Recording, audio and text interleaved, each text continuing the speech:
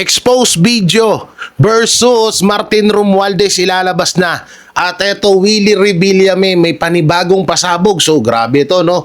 Ano kaya itong panibagong pasabog ni Sir Willie Revillame? Ito ba ay konektado sa issue ni Franco Mabanta at Martin Romualdez or sa mga Duterte or sa mga Marcos? Oo, yan po yung mga pag-uusapan natin ngayon, mga banateros, mga kabiyaya. Siyempre, bago natin ito simulan, don't forget to like, share, comment, and subscribe sa ating YouTube channel. Paipindot na lang din po yung bell button para lagi tayong updated sa ating mga video araw-araw. So, napakaganda na ho ng background ko. May mga konting ayusin pa, pero ayan, oh, di ba? Ang ganda! So, yung mga banateros, mga kabihaya, eto na nga, no? Etong video na hawak ng Peanut Gallery, hindi ako nagkakamali, etong PGMN na etong si Franco Mabanta ay isang CEO dito sa isang political or social media network na ito, ay may video na hawak laban kay Martin Romualdez. Na yun nga daw ay yun daw yung ginagamit na pangbabanta or ano dito kay Martin Romualdez. Kapag hindi nagbayad si Martin Romualdez dito sa hinihingi nilang pera, ay ilalabas nila yung video. So ngayon, ipinapanawagan ng mga netizen ng taong bayan na ilabas na nga dapat ni Franco Mabanta, or yung kampo ni Franco Mabanta, etong video na hawak nila laban kay Martin Romualdez, at ito ay ilalabas na nga. So mamaya pag-uusapan ho natin yan, no? So bago tayo mapunta ho doon at doon kay Willie Revillame, ano ba tong pasabog mo na naman, Willie, ha? Ikaw, ha? Talagang hindi ka talaga nawawala sa issue ng politics. Alam naman na natin na itong si Willie Revillame ay marami din tong nalalaman. Siyempre, ay isa rin sa mga makapangyarihan or kilalang tao yan dito sa bansang Pilipinas. So sa madaling salita ay talagang masasabi natin at maituturing natin na talagang marami ning nalalaman ito. Maraming nalalaman na expose na expose papatungkol ho dito sa mga nangyayari sa politics world. Tumakbo nga itong senador, kaso hindi ho nanalo. Ewan na lang natin ba't hindi nanalo. Pero ako, kahit naman din ako, mukhang hindi ko iboboto etong si Willie Revillame, dahil sa pagtulong naman, wala namang problema kay Willie Revillame. Talagang tumutulong. Pero yung attitude problem kasi, yun yung kinakayawan ng taong bayan dito kay Willie Revillame, yung so lahat naman tayo, ako rin may attitude problem din ako. May attitude din ako. So lahat naman tayo may ganong kaso, may mga point na pangit na, sobrang pangit na nung ginagawa mong pag-attitude, lalo na sa mga trabahador, sa mga ordinaryong Pilipino. So kung ikaw ay tatakbo bilang senador, mukhang kailangan mo munang baguhin yun bago ka tumakbo bilang senador. So ayun yung mga pag-uusapan natin yan. At idudugtong natin dito ngayon sa vlog na to, mga banateros, mga kabiyaya, ay yung panibagong ka-fake newsan ni BBM sa pamamagitan ni Auntie Clara or ni Claire Castro. Bakit ba sinabi ko na may fake news si BBM sa pamamagitan ni Auntie Claire? Ganito kasi, lahat ng lumalabas sa bunganga ni Auntie Claire, lalo't nasa Malacanang siya, may press con, may interview, ay galing ho yun sa kay Marcos Jr. dahil tigapagsalita siya ng presidente. Sa madaling salita, siya ay spokesperson or bunganga ni Bongbong Marcos. So ngayon, eto na naman siya, may panibago na naman nga ho siyang ka-fake news na ginawa. Na yan po yung babasahin ho natin ngayon na makikita nyo dyan sa screen, ha? Sabi niya rito, babasagin lang natin to, mga banateros, mga kabiyaya. Babasagin lang natin tong hinayupak na ka-fake news na to. Sabi ni Auntie Claire Castro, itinuro na naman ng mga Duterte sa lumalaking utang ng Pilipinas. Diretsang sinabi ni Palace Press Officer Yusek Claire Castro na minana umano ng kanyang amo na si Pangulong Marcos Jr. ang napakalaking utang na iniwan ng administrasyon ni dating Pangulong Rodrigo Duterte. Ay, Ang pahayag ay inilabas matapos batikusin ni Vice President Sara Duterte ang paglobo ng national debt ng bansa sa umano na 18.49 trillion nitong Marso 2026. Sa panayam sa sidelines ng Asia, sidelines ba to? Tama. Sidelines ng Asia Summit sa Cebu, sinabi ni Castro na normal umano para sa mga bansa ang mangutang upang matulungan ng mga mamamayan.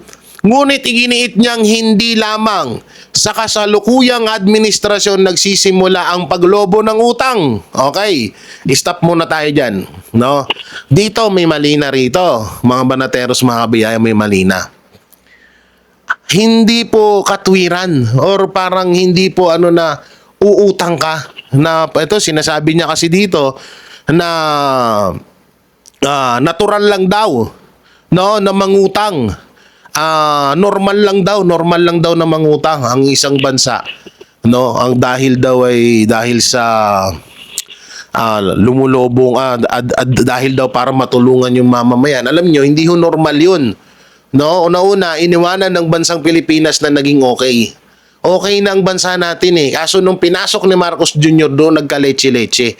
Kaya paano masasabi ni Ante Claire na normal lang mangutang? No, una-una, mangungutang ang Pilipinas pag may matinding pandemya or krisis na nangyayari sa bansa natin. Doon talaga, diyan nagagawin yung hakbang ng administrasyon na mangutang para kahit papaano ay hindi magutuman yung mga nasasakupan niya. So doon normal 'yon. Pag may krisis or pandemya, kaso wala namang krisis at pandemya dito 'Diba? Wala namang krisis at pandemya na nangyari. No, so ituloy natin. Tandaan po natin, lumaki ang utang hindi po sa panahon ngayon lamang. Lumaki ang utang dahil naman na po ni Pangulong Marcos Jr. ang napakalaking utang na nakuha ni dating Pangulong Duterte at ito ay napabayaan di umano dahil sa mga aabuso sa Parmali at mga ghost project noon, build. Utang ila, kailan lang nagkaroon ng ghost project nung panahon ni Marcos Jr.? Gago ka ba? Tapos kayo nagsisisibo kay Pangulong Duterte. Ito pa, narito habang nasa dahig, binabatikos ni BP Sara ang umano'y kabiguan ng gobyerno na tugunan ang unemployment at lumaki ang utang ng bansa. Iginiit din niya na tila mas inuuna umano ng administrasyon ng pagsagot ng mga kritiko at political attack kaysa tutukan ang pamahalaan. No, grabe, no? So dito, uulitin ho natin mga banateros, mga kabiyaya. Nung panahon po ng administrasyong Duterte, hanggang sa matapos po ang termino niya, umutang po si Pangulong Duterte ng nasa halos 4 trillion pesos. Dahil bakit niya ba ginawa yun? Bakit ba ginawa yun ni Pangulong Duterte? Dahil ay mayroon tayong COVID-19 noon, may pandemya, no? May krisis sa bansa natin. Kaya etong si Pangulong Duterte ay gumawa ng hakbang para matugunan at masolusyonan yung mangyayaring gutom na mangyayari sa bansang Pilipinas. Ngayon, eto, 11 trillion ang iniwang utang ni Pangulong Duterte. Partida ho yan Partida yung 11 trillion na ho yan ay kasama ho dyan yung mga nauna pang administrasyon, no? Arroyo, Erap, Ramos, Cory, sino pa ba? Basta lahat po ng naunang administrasyon pwera kay Pangulong Duterte kasama ho dyan sa 11 trillion na yan na utang ng Pilipinas. So sa madaling salita, hindi lang po utang ni Pangulong Duterte ang 11 trillion na yan. Kaya kung sino magsasabi nun, isang malaking fake news po yun, no? Kahit i-search nyo po sa Google kung kaninong utang yung 11 trillion na yan. So sa maraming administrasyon ho yan. Nadagdagan lang ni PRRD yan kasi nga nagkaroon ng pandemya noong panahon ng COVID-19. Alam nyo naman na siguro yan. So ngayon, nadagdagan po ng 4 trillion yung utang na yan sa loob ng 6 years na termino ni Pangulong Duterte. Biruin nyo po yan ha, 6 years. 4 trillion po ang naging utang ng Pilipinas.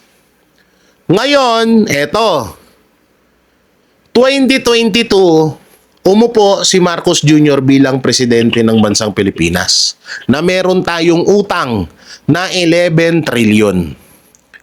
11 trillion. Ngayon po, ang utang ng Pilipinas ay nasa 18.49 trillion. So, ilan po ang nadagdag sa loob ng 3 years? Ulitin ko ha.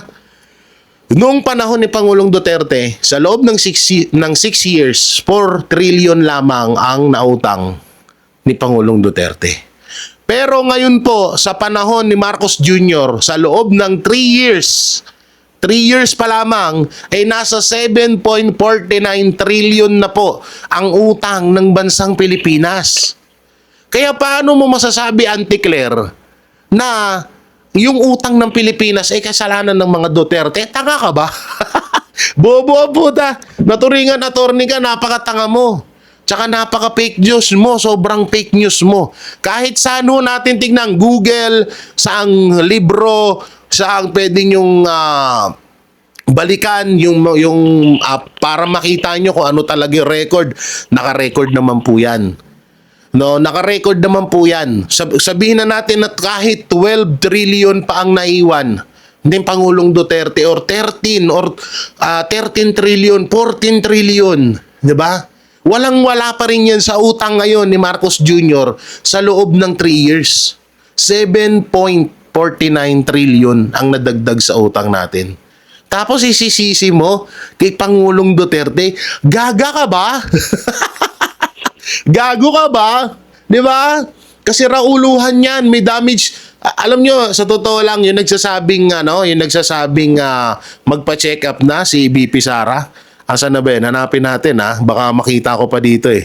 Meron kasing lalaki or personalidad na nagsasabi na magpa-check up na daw si Vice President Sara Duterte dahil daw sa behavior nito. So hindi ko na makita. Siguro comment nyo na lang dyan sa baba kung sino yon.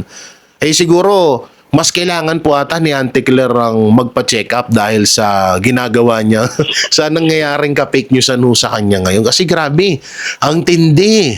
Biruin mo yon, kasalanan ng boss mo, ibibintang mo sa iba. Bagay, hindi na rin naman yung bago sa amin.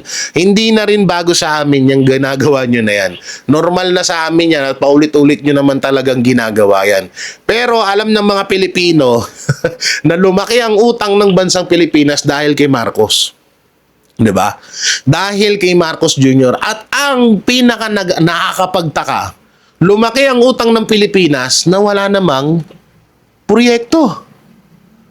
Una-una, yung mga kalsada, parehas pa rin, ganun pa rin. Wala namang nadagdag, walang nadugtong sa dyan sa highway, dyan sa skyway, 'di ba? Walang nadugtong sa ibang mga proyekto.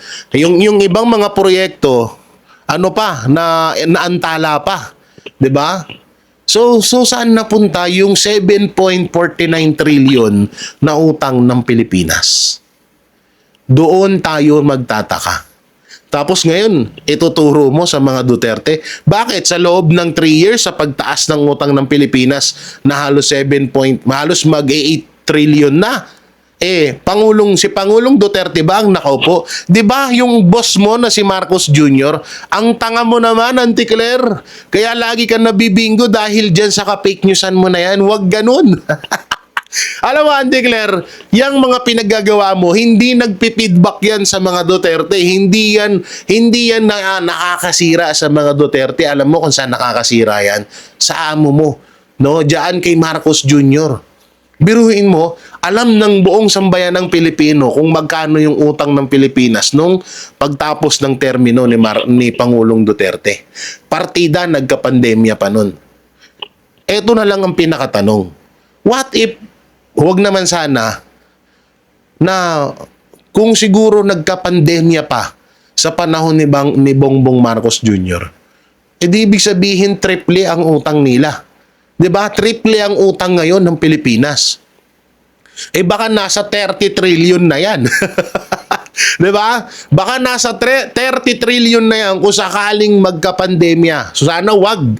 Putang ina, mamamatay kami lahat dito. Pangako yan. Mamamatay lahat ng mga Pilipino pag nagka-pandemya. Alam namin na hindi kami aasikasuhin ng Administrasyong Marcos. Alam namin na walang pakialam sa amin ng Administrasyong Marcos. Ngayon pa nga lang, nararamdaman na namin eh.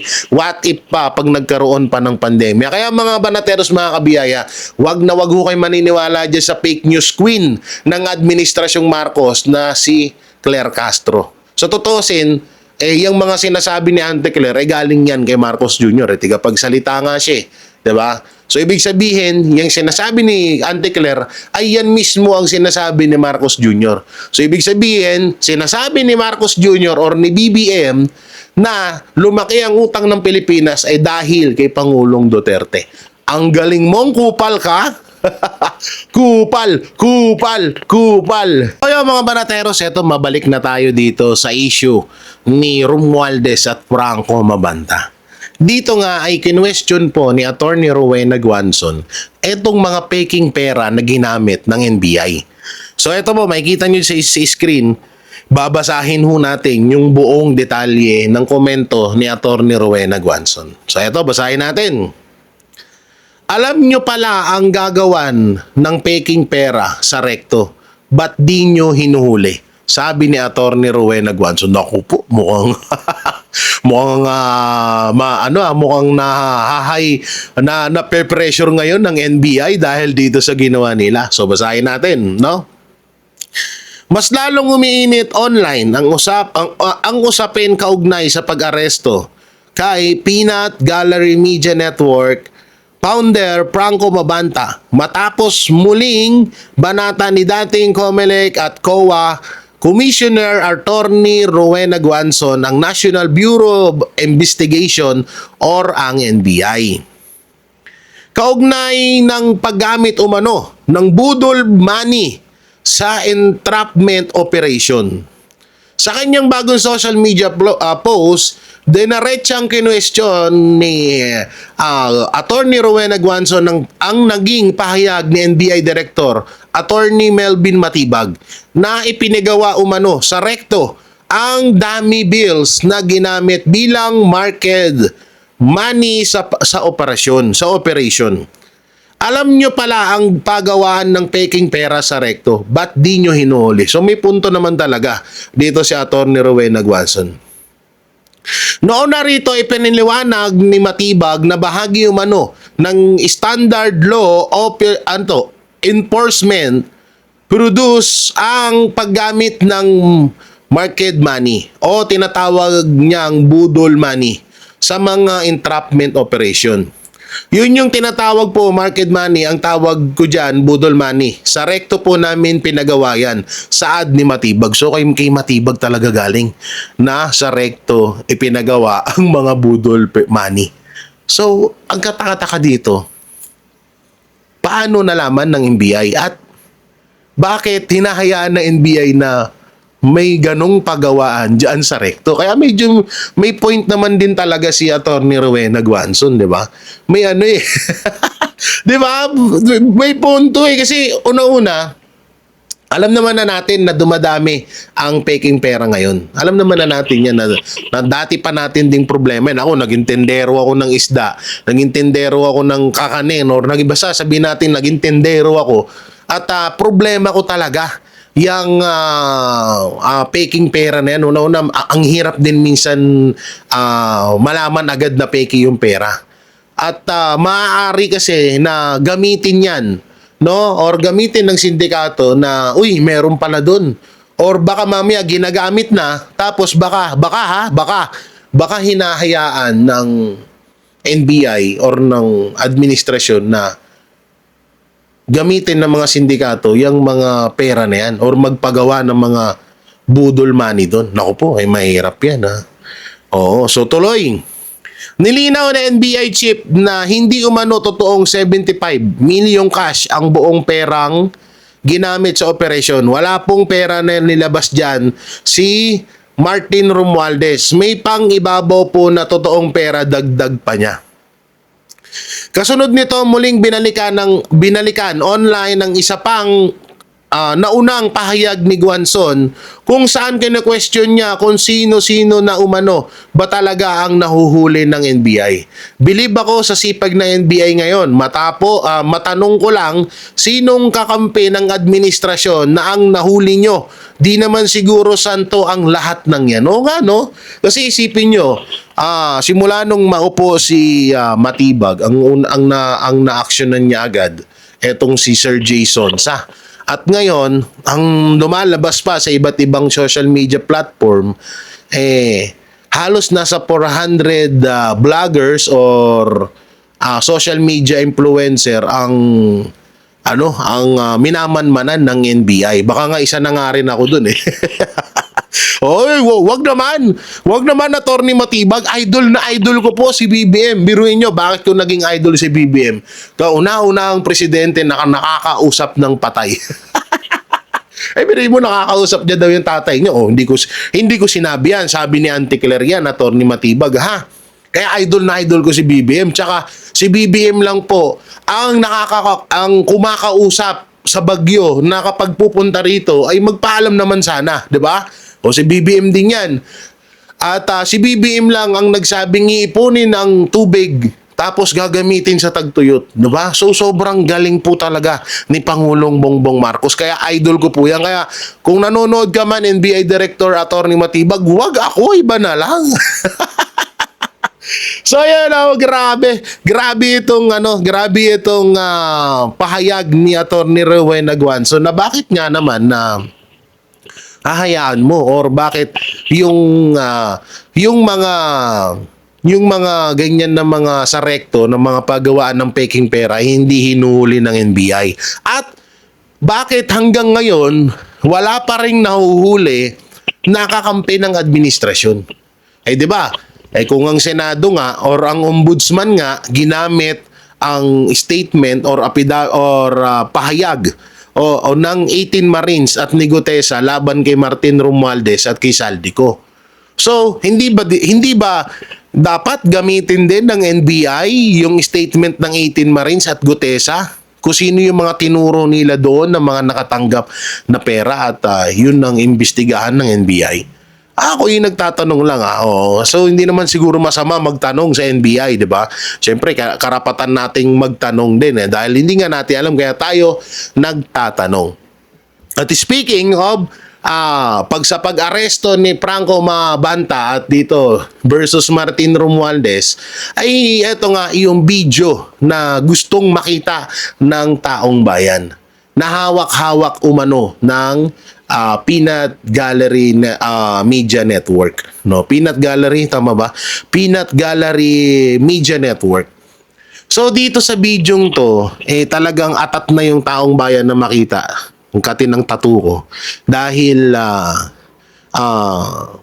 eto na ba yung sinasabi, kasi 'di ba nung tinuturo ng 18 Marines at ni Gutesa si Pangulong Bongbong Marcos at si Martin Romualdez, sinabi ng mga senador na kasinungalingan yan. Hindi yan totoo. At ayaw nga silang imbitahan sa Senado, di ba? So hindi kaya eto na yung tamang panahon? Or eto na lang yung inaantay ni Ping Lacson at ni Tito Soto? Para tawag dito? Para imbestigahan na or aksyonan na ng Senate Blue Ribbon Committee etong nangyayaring nakawan sa bansang Pilipinas. So para lubos ho nating maunawaan, ito po yung video at ating panoorin. Professor, kanina po ay na-interview na rin po kayo sa ibang istasyon, di ho ba? At very few pa yung lumalabas na impormasyon. Pero ngayon medyo meron pa tayong additional information. Ang tanong ko po sa inyo, sino ho bang mas kapanipaniwala rito? Si Franco Mabanta o yung kampo ni dating Speaker Romualdez or the NBI?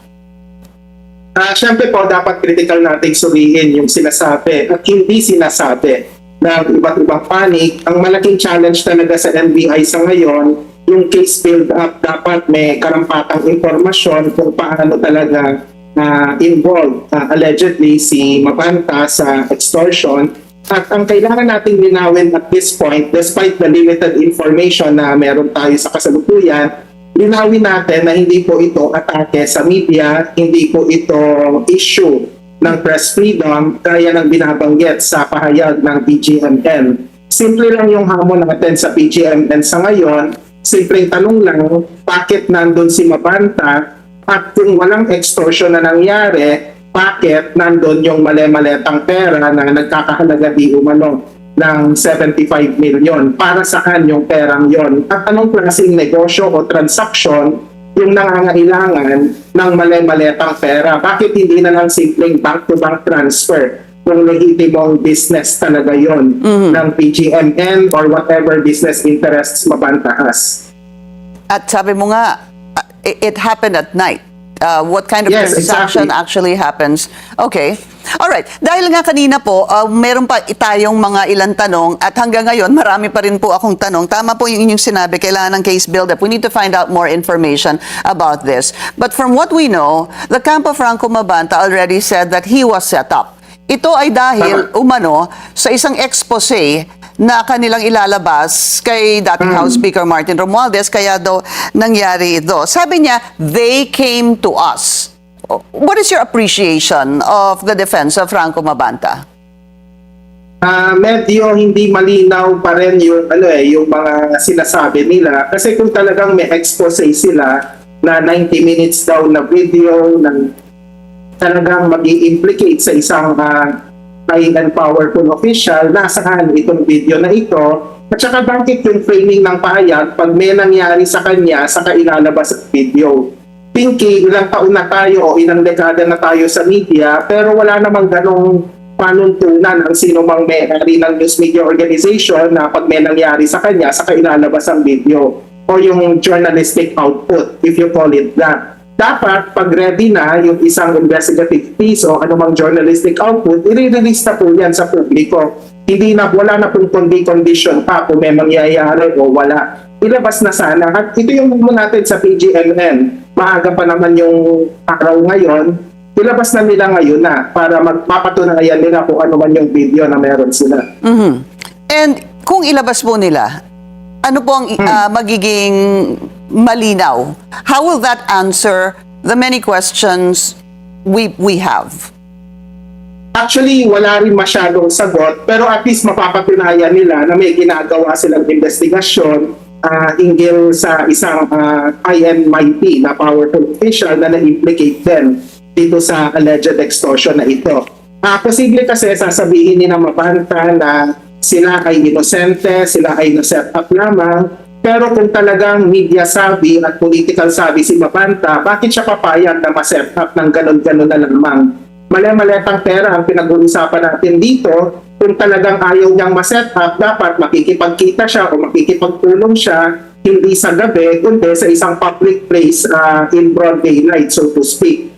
Sa isang park halimbawa na maraming taong nakakakita, dapat ganon. Hindi yung parang patagupang makikipag-usap para makakuha ng pera or whatever reason yung dahilan ng pakikipagkita mo. Ang pinakadaming na evidence dito talaga, Pinky, yung 75 million na cold cash.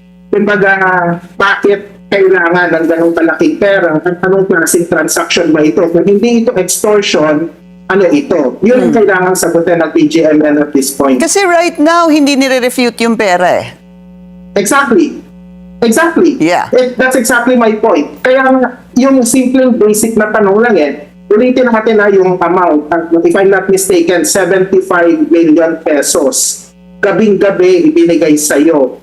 Di ba dapat magtataka ka na kung talagang malinis ka at kung talagang inosente ka, bakit papayag ka na ma-set up ng ganon-ganon na lamang? Yun ang basic na tanong sa puntong ito. But Professor, that is assuming that all is in order doon sa nireport na Yes. NBI.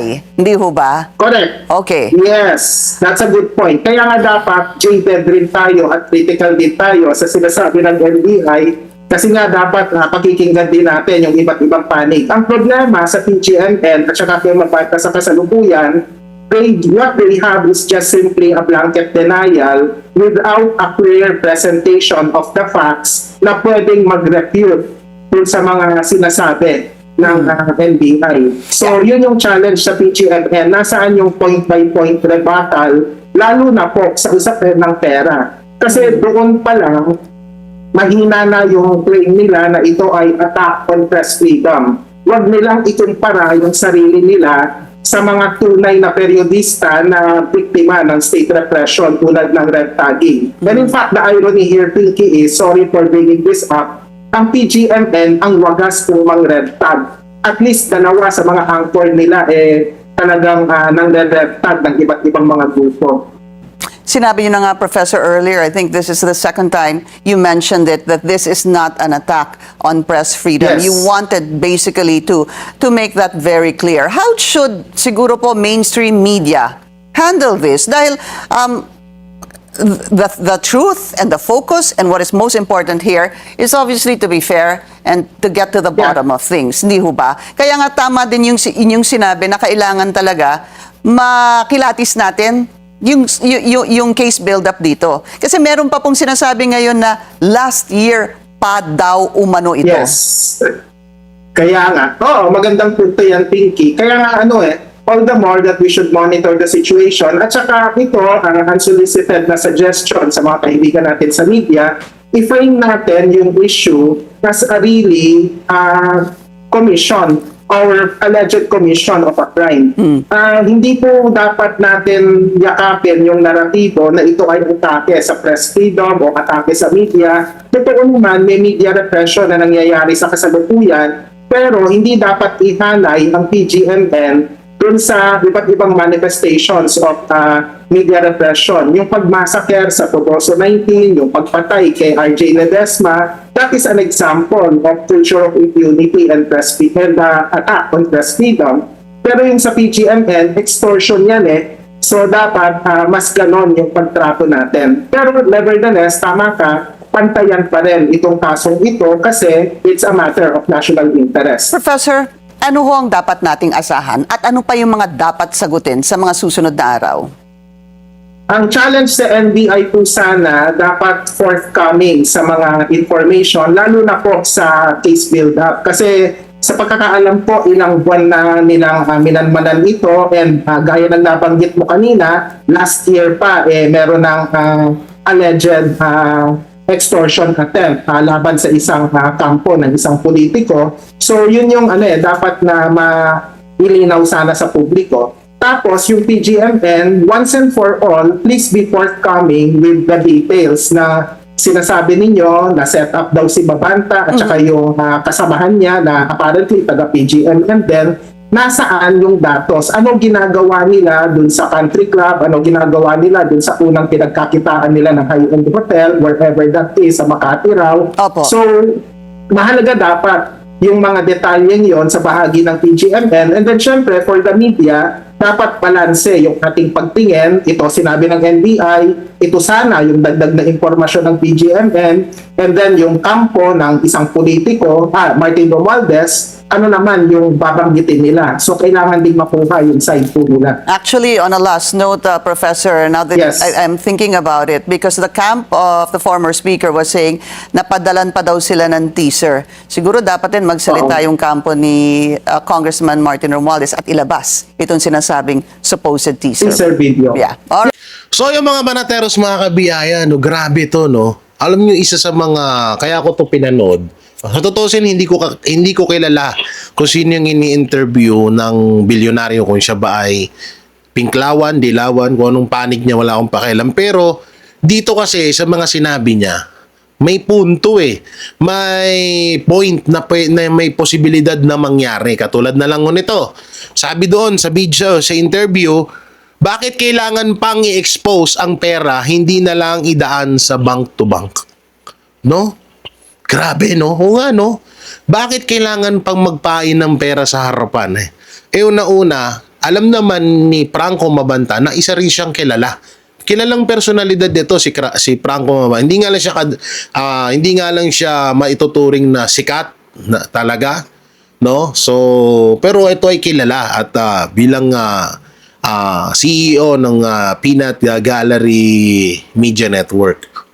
At marami nakakilala sa kanya. So, parang imposible din talaga na bakit kailangan i-bulgar or i-deliver yung pera sa harapan mismo ni Franco Mabanta at hindi na lang idaan sa bank to bank. So, katakataka nga rin naman din talaga, di ba? So, sobrang nakakapagtaka. At ito pa yung pinakamalupit. 90, kasi kahapon may vlog tayo about din dito. Hindi natin tukoy kung 19 minutes or 90 minutes ang video na hawak ng Peanut Gallery Media Network or nito ni Franco Mabanta laban kay Martin Romualdez. Pero ito pala ay 90 minutes. So ibig sabihin lagpas 1 oras mga banateros. Nako. Ibig sabihin ang daming video nito. Baka pinagdugtong-dugtong to or baka ito ay isang siguro kung ganun katagal yung video na yon, maituturing natin na siguro ay nag-iimpake o baka nagbibilangan sila ng pera. Hindi kaya nagmi-meeting sila ni Marcos Jr. at Martin Romualdez kung saan mapupunta at kung paano ang hatian ng pera? Kasi ang tagal nitong video na to Oo, 90 minutes. 'Di ba? Yan ang hawak ni hawak ni Franco Mabanta laban kay Martin Romualdez. At ito pa isa. No, kasi sinabi ni Franco Mabanta kapag may nangyari daw sa kanya, tsaka daw ilabas ang video. So, kagaguhan naman na ata dun. Diba? Kung kailan ka mamamatay, tsaka ilalabas yung video mo. So, mas maganda ilabas na yan ngayon. Kagaya nung ilabas na yan ngayon para mapatunayan talaga at hindi lumabas na sinungaling etong si Franco Mabanta para may paglaban niya yung karapatan niya, ay ilabas na mismo ngayon yung video na yan para mapanood ng taong bayan at masasabing kung siya ay talagang inosente. At ito pa pinakamalupit. Yung about doon sa setup. Kung totoong sinet up, Kung totoong sinet up or isi-set up etong si Franco Mabanta, ayon sa pagre-research ko rin tungkol dito sa taong to, unang-una, itong si Franco Mabanta, may pagkatuso to. Tuso, mayabang, kahit papano ay may utak din, So, para sa akin, hindi siguro papayag si Franco Mabanta na ma-set up siya ng ganito. Kung set up ito, siguro hindi papayag si Franco Mabanta rito. Kayo, mga banateros, mga kabiyaya, kasi para sa akin, ayon sa sa background ni Franco Mabanta, malabong masiset up mo tong taong to. Malabong kumagat to sa mga ganitong malabong kumagat to sa mga ganitong. Depende na lang kung halimbawa scripted tong video na to. Scripted. Halimbawa, nag-offer si Martin Romualdez.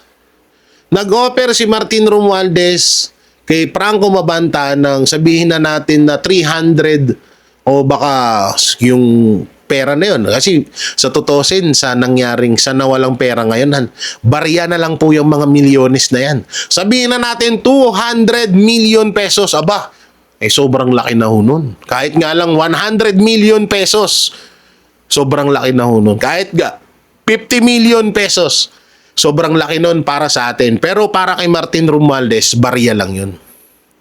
Halimbawa, binayaran si Franco, halimbawa lamang to tapos maggagawa sila ng drama na mag-set up sila ng ganito, mahuhuli si Franco, ito ganyan. Gawa ng etong kaso na to ay may bail naman. So, 'di ba? Pwedeng mangyari. Halimbawa, binayaran si Franco ni Martin Romualdez ng 200 million. Magagasgasan ng konti pangalan mo pero makakapagpiyansa ka. Pero may 200 million ka. 'Di ba? Pwedeng ganun. Pwedeng ganun na mangyari. At ito pa isa. Halimbawa, si Marcos Jr. naman. Si Marcos Jr. binigyan ng 200 million. Sabihin na natin 300 million si Franco Mabanta para gawin itong drama na to. Para palabasin. Diba? Kasi hindi nila matumbok Kasi kapag ganito kasi, kagaya nung sinabi ko nung nakaraan, hindi nila kayang tumbukin ng Administrasyong Marcos si Martin Romualdez. So ang ginawa nila, pwedeng kaya ginawa tong issue na to para pag ipamuka sa taong bayan na may video si Martin Romualdez sa pagnanakaw sa pera ng taong bayan. Pwedeng or pwedeng nagkasundo si Franco Mabanta at si Marcos Jr. na gamitin kita para malaman ng taong bayan na may video si Martin Romualdez sa nakawan na nangyayari sa gobyerno. Para siya lalo ang madiin at absuelto ako. Paalala lang po trabahador ni Marcos Jr. itong si Franco Mabanta. So kung may mas nakakakilala kay Franco Mabanta, si Marcos Jr. yun. Pwedeng ganon. Halimbawa ulit tayo. Halimbawa, binigyan ni Marcos Jr. na pera si Franco Mabanta para gawin na kunwari ay binablockmail si Martin Romualdez. Diba? Kasi kung iisipin nyo, kung nag-aaway si Martin Romualdez at Marcos Jr., bakit kailangan tulungan ng NBI si Martin Romualdez? Na alam naman or may sabi-sabi, hindi natin sure kung totoo to, na hawak ni Lisa Araneta Marcos ang NBI. Diba? So doon mapapaisip ka na pwede no? Pwede na etong nangyayari ay set up pala ni Franco Mabanta, Marcos Jr. at Lisa Araneta Marcos, 'di ba? Para ipamuka sa taong bayan na itong si Martin Romualdez ay may video sa pagnanakaw sa kaban-kaban sa trilyong pera na nawawala sa bansang Pilipinas. Naku po! Ay! 'Di ba? Pasensya na kayo kung medyo maano yung utak ko kasi ganyan ako, mahilig ako maggaganyan eh. Baliw nga ni. Sabi ng iba diyan, baliw daw ako, Oo, at ito pa yung isa sa mga napansin ko. Ito pa yung isa sa mga napansin ko dito sa isyung to, no? So, may posibilidad talaga din na ito ay gawa-gawa lamang, itong issue na to. Pero ang tanong dito, kung ito ay gawa-gawa lang tong issue na to, ano kaya ang pinagtatakpan nila? Kasi hindi naman sila gagawa ng ganitong expose or issue kung wala silang pinagtatakpan. Depende na lang na talagang niyayari na ni BBM si Martin Romualdez na kaya idinaan lang kay Franco Mabanta. Kasi kahit di naman halimbawa ako yung sa katayuan ni Franco Mabanta. Makakasuhan si Franco Mabanta. Masisira pangalan niya, Pero ayon sa pagkakakilala ko kay Franco Mabanta, putang ina, gahaman sa pera yan. May nabalitaan nga ako nung naging social media director siya ni Pangulong Bongbong Marcos, ang sahod niya ay halos nasa 100 million. Ang tindi nun. Sarap buhay. Diba? So, ibig sabihin mo ganun, no? Grabe. So, ibig sabihin talagang baka nga, niyayari na ni BBM si Romualdez. Kasi katakataka na wala namang sumbong. Hindi naman nakausap ng personal ni Martin Romualdez si Franco Mabanta, pero bakit dinakip siya ng NBI? 'Di ba? So isa sa mga katakataka 'yun. Tsaka ito pa pinakamalupit. Freeze nga yung account ni Romualdez. Pero although sinabi naman na NBI na fake daw 'yun. Yung nga lang, mas triply ang bumalik sa kanila kasi sinabi nilang peke. So alam nila yung paggawaan ng pera ng mga peke. Grabe, no? At dahil nga dyan, eto, pag-usapan na rin natin na itong mga Duterte ay dikit nga ba kay Franco Mabanta. Kaano-ano nga ba ng mga Duterte ito si Franco Mabanta? Kaibigan ba ng mga Duterte si Franco Mabanta? Si Franco Mabanta ba ay isa sa mga DDS? Isa sa mga kaibigan ni VP Sara? Kasi ang pinapalabas ngayon ng mga vlogger, ng mga loyalistang tanga, ay etong si Franco Mabanta ay inutusan ni VP Sara na para i-blackmail si Romualdez. Alam nyo, sa mga ganyan sinasabi nyo, ang laki nyo namang tanga. Diba? Hindi naman ganun katanga si VP Sara. Alam niya na kalaban niya si Romualdez as iba-blackmail niya. Tapos alam niya na itong si Carlo Mabanta hindi rin mapagkakatiwalaan to. Alam din ni BP Sara na itong si Carlo Mabanta ay kadikit ni Marcos Jr. So bakit niya uutusan? 'Di ba? Isang malaking katarantaduhan yan. Yun po yung napapanood ko sa mga vlogger, na mga bayarang vlogger dyan. Hindi na ako magme-mention ng mga pangalan, pero kilala nyo naman na siguro kung sino-sino sila. No? So ito po, no, totoo ba na kaibigan ng mga Duterte si Franco Mabanta? Gaano ba yung dikit? Ano ba yung relasyon ni Franco Mabanta at BP Sara at ni Pangulong Duterte? So para lubos ho nating maunawaan, ito po, no, may ipapanood po akong video sa inyo na para maliwanagan tayo kung talagang dikit ba or bakit idinidikit ang mga Duterte dito kay Franco Mabanta. Latest na issue at balita nga patungkol nga doon sa pagkakaaresto nitong founder at CEO ng PGMN at yung dating social media director ni Pangulong Bongbong Marcos Jr. na si Franco Mabanta, matapos nga mahuli siya, maaresto sa isang entrapment operation ng NBI dahil sa umunitangkang pangingikil ng 350 million pesos kay dating Speaker Martin Romualdez. Ano ba ang tingin po ninyo dito, Prof? Lalo't dinidikit po siya sa dating sa mga Duterte. Meron ding ibang grupo kay Pangulong Bongbong Marcos Jr. So, no, welcoming po niya na mabibigay po natin ng credit yan sa NBI sa pagkakahuli. Of course, syempre po, merong silang mabigat na ebidensya dyan at saka nahuli siya sa entrapment operation. Pero mahirap po kasi na ayan na naman yung spekulasyon na hindi ko rin din maintindihan kasi pinipilit po siyang iugnay sa kampo na naman ng mga Duterte at meron din hong pinipilit din siyang iugnay sa kampo naman ng ating Pangulo. So nakakalungkot na mismong pati po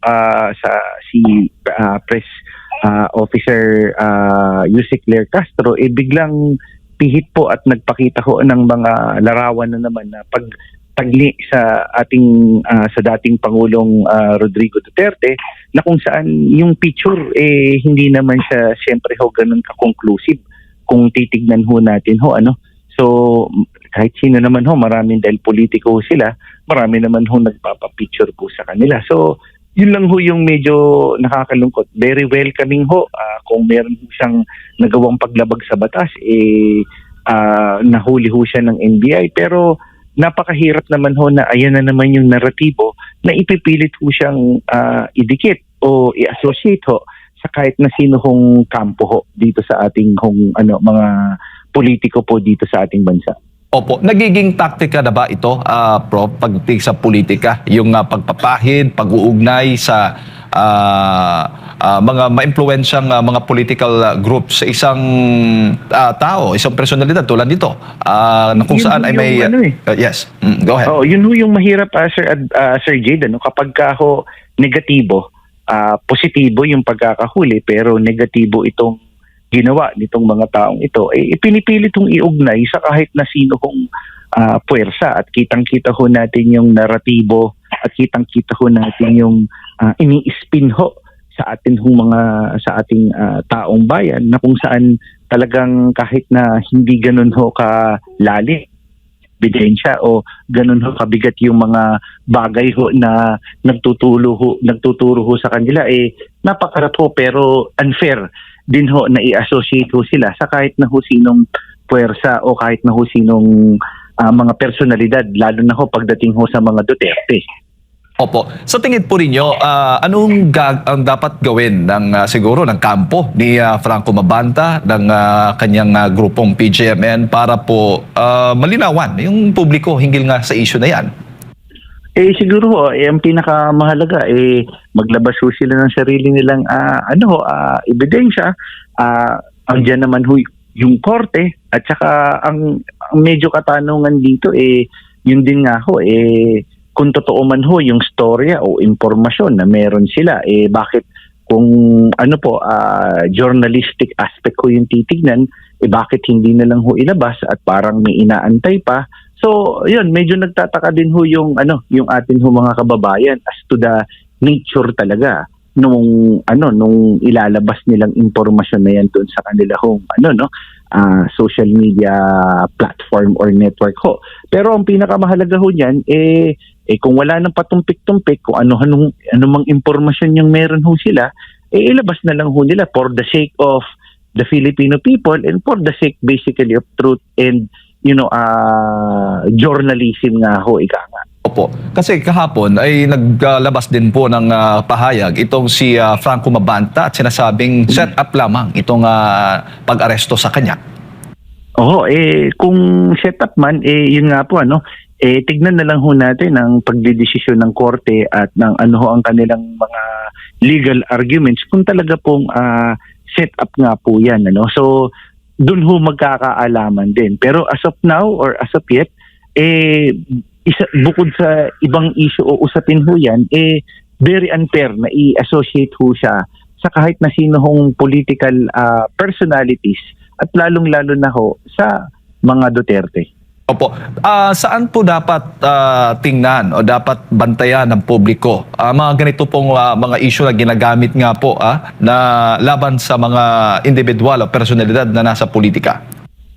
Oo, dapat po talagang mas maging mapagmatsyag ho tayo at saka maging mapanuri kasi yung picture napaka one-sided ho yan. Hindi naman porket nagpa-picture din ho yung konteksto. At saka kung titignan ho natin, yung maging magpalabas ho sila bilang mga ahensya po na nasa media at nasa nagbibigay ng impormasyon, mas reliable na impormasyon at hindi dapat ho gamitin for propaganda or narrative purposes po na talagang very questionable din ho yung inilalabas na information kasi hindi ho siya nakakatulong din ho sa public at sa talagang pagbibigay ng impormasyon, lalo na ho ngayon may mga advocacy, may mga programa ho para labanan ang mis at disinformation, pero parang nakakagulat naman na parang yung naratibo itatagni sa kahit na sino mang personalidad, both at the end of the administration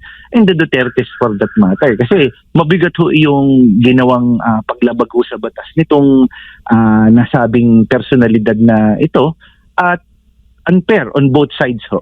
Opo. Kasi madalas pag may mga kontrobersya, madalas bakit na ikakabit itong issue na yan lalo na sa mga Duterte, Prof?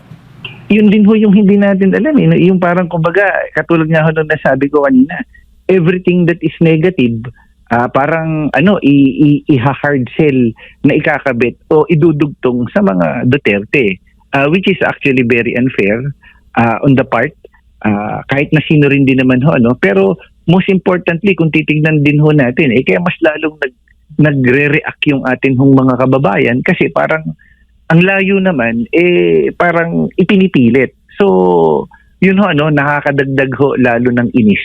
At saka bukod ho dito nakakadagdag sa lalong inis ng taong bayan na imbis na puro politika na i-associate yan sa mga Duterte, bakit hindi tayo maghanap ng mga news at impormasyon na sasabihin sa tao na ito yung programa ng gobyerno, ito ang ginagawa ng gobyerno para maibsan yung kahirapan, para i-address yung inflation na yan. Ganun dapat yung binibigay nating impormasyon sa ating taong bayan. Ano ang naging productive output dyan sa ASEAN? Hindi yung lalabas ka sa media at pag-uusapan nyo yung kung ano man yung latest issue tapos biglang itatagni mo dun sa nakalipas na administrasyon. So, nakakadagdag lalo po ng inis dahil sobrang politika na ang nangyayari. So yan mga kabiyaya, mga banateros at lalong-lalo na sa mga kupal na mga basher dyan. So mga kupal na mga vlogger dyan na pakalat ng fake news mapatungkol kay Franco Mabanta na tropa daw ng mga Duterte. Ayan narinig nyo, napakagandang explanation po yan na bakit na talagang sobrang unfair po na i-connect etong si Mabanta sa mga Duterte. Aliwanag po ng explanation dyan ni tawag dito ng isang professor na in-interview ng SMNI. 'Di ba? Sa totoo lang sa SMNI ka lang talaga makakapanood ng totoong balita Kasi yung ibang mga network dyan, butangin na, puro na lang impeachment. Mabuti si Marcos, mabait si Marcos, magandang presidente si Marcos, puro ganon, no? Pero yung katulad niyan, ilang days na, no? Ilang days na, wala pa rin pong ganap or wala pa rin pong kilo si Marcos Jr. sa kautusan ng Supreme Court na magpa-hair follicle test siya. Ano na? Ano nang balita? Nga na ba? Tayo mga banateros, nakalimutan ko pala to. Etong si Willie Revillame, pasabog ni Willie Revillame. Ito, pag-usapan natin. Wala sa isip ko kanina. Akala ko ano na tong video.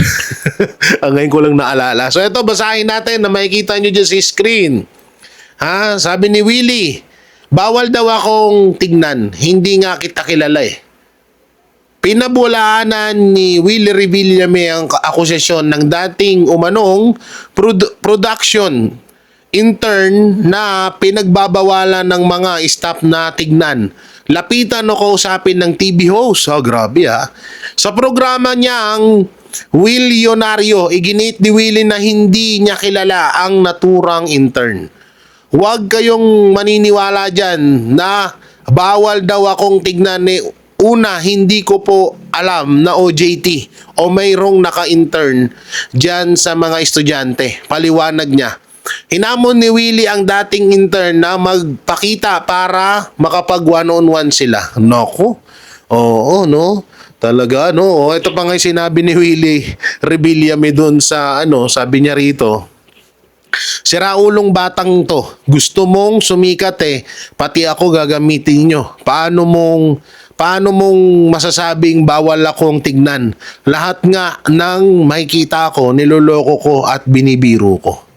So dito sa na to ni Willie Revillame, medyo alam naman na natin na medyo may pagkamasungit talaga si Willie Revillame, pero 50-50 50-50 ayon sa nakikita ko sa mga yung pamamahiya, yung pagiging perfectionist ni Willie Revillame sa show niya at sa pag-uugali niya. 50-50 dahil pwedeng totoo na baka gano'n nga talaga si Willie at pwede rin hindi. Dahil hindi ko rin mabuod sa hindi natin kilala din yung nagsabi na yan, medyo kasi hati yung opinion ng mga netizen dito dahil si Willie ay may attitude problem talaga. Alam na natin yan lahat at viral nga lagi ang mga ang mga ginagawang pamamahiya sa mga staff, sa mga alam na natin yun. So, matagal nang viral sa mga ginagawa ni Willie Revillame yung mga ganyang bagay. So, kung bawal siya tignan, bawal siya titigan, may posibilidad na totoo dahil may pagkasuplado nga etong si Willie Revillame. So, yun, mga banateros.